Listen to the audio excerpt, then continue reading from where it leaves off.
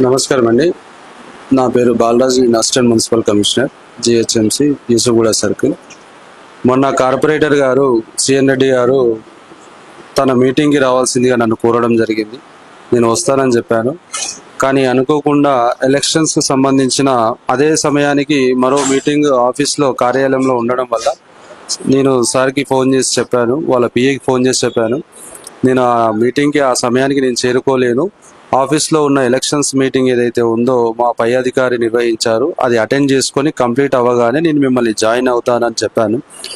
దానికి వాళ్ళ పిఏ గారు సరే అన్నారు, చెప్తానని చెప్పారు.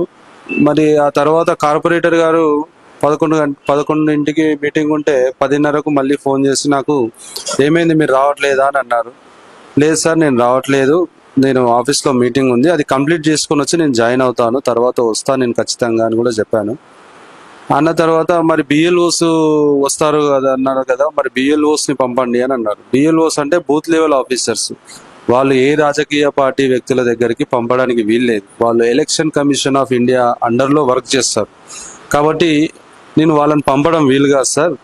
ఎందుకంటే ఆ బూత్ లెవెల్ ఆఫీసర్ని వాళ్ళు తీసుకొని వాళ్ళు మభ్యపెట్టి వాళ్ళను ఓటర్లను గల్లంతు చేసే అవకాశం ఉంటుంది. కాబట్టి మేము పంపలేము సార్. పై అధికారుల ఇన్స్ట్రక్షన్స్, డైరెక్షన్స్ అవసరం ఉంటుంది. మీకు లిస్ట్ కావాలన్నా కూడా మా పై అధికారి అప్రూవల్ తీసుకొని మీకు ఇస్తానని చెప్పాను.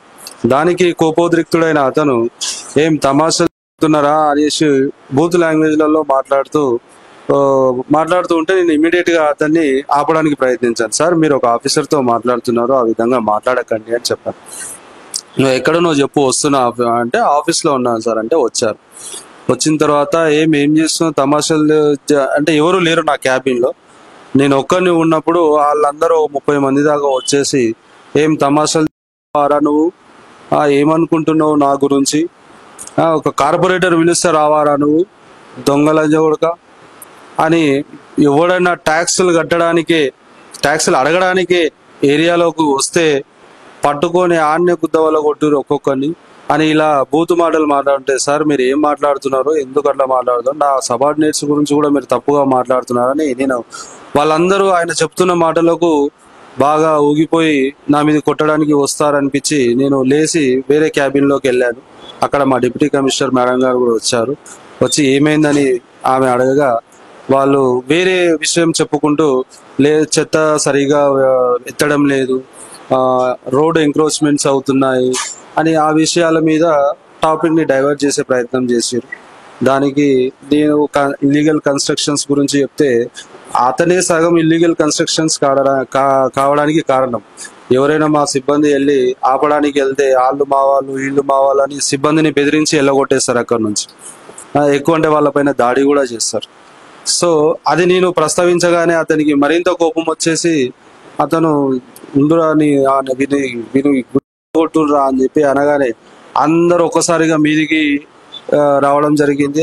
ఆయన కూడా దొంగ ఏమనుకుంటున్నా అని మీదికి వస్తుంటుంటే నేను నా ఫోన్ తీసుకొని వీడియో తీసి, నువ్వు తిరుగుతున్నావు, నీ బూతులు రికార్డ్ చేస్తున్నా అని చెప్పి అతన్ని కంట్రోల్ చేయడానికి నా ఫోన్ తీసి ఇలా చూపిస్తుంటుంటే అతను నా ఫోన్ లాక్కోవడానికి ప్రయత్నించాడు. అండ్ వెనకాల నుంచి వాళ్ళ పిఏ రజనీకాంత్, ఆయన కూడా నా ఫోన్ లాక్కోగా నేను మళ్ళీ అతని నుంచి తీసుకున్నాను. సో చుట్టుపక్కల ఉన్న వాళ్ళందరూ కూడా నానా బూతులు, నానా మాటలు తిడుతూ ఉన్నారు. నేను ఒక ప్రభుత్వ ఉద్యోగిని, వాళ్ళకి సరైన సమాధానం నేను ఇవ్వలేను. కాబట్టి చట్ట ప్రకారమైన చర్యలు తీసుకోవాలని గౌరవ మా కమిషనర్ గారిని కోరడం జరిగింది. అండ్ మా డిప్యూటీ కమిషనర్ గారి సమక్షంలోనే జరిగింది ఇది. వీళ్ళందరూ సాక్షులే దానికి.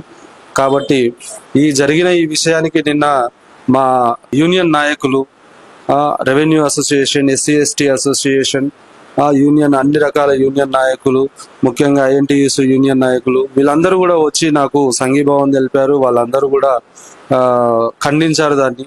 ఒక ఎంప్లాయీ, ఒక పై స్థాయి అధికారికి ఈ విధమైన ఉంటే కింది స్థాయి అధికారులకు, ఉద్యోగులకు ఎలా రక్షణ కల్పిస్తారన్న క్వశ్చన్ అక్కడ రేజ్ అయింది ఈ విషయం వల్ల. అండ్ ఈరోజు మన MRPS నాయకులు నేను ఒక మాదిగ బిడ్డని, నేను ఒక SC బిడ్డనని నన్ను ఓదార్చేందుకు, మీకు అండగా మేము ఉన్నామని నాకు మద్దతు ఇచ్చేందుకు వీళ్ళందరూ వచ్చారు. మీ అందరికీ ధన్యవాదాలన్నా. లైక్ చేయండి, షేర్ చేయండి, సబ్స్క్రైబ్ చేయండి. మరిన్ని వీడియోల కోసం బెల్ సింబల్ పై క్లిక్ చేయండి.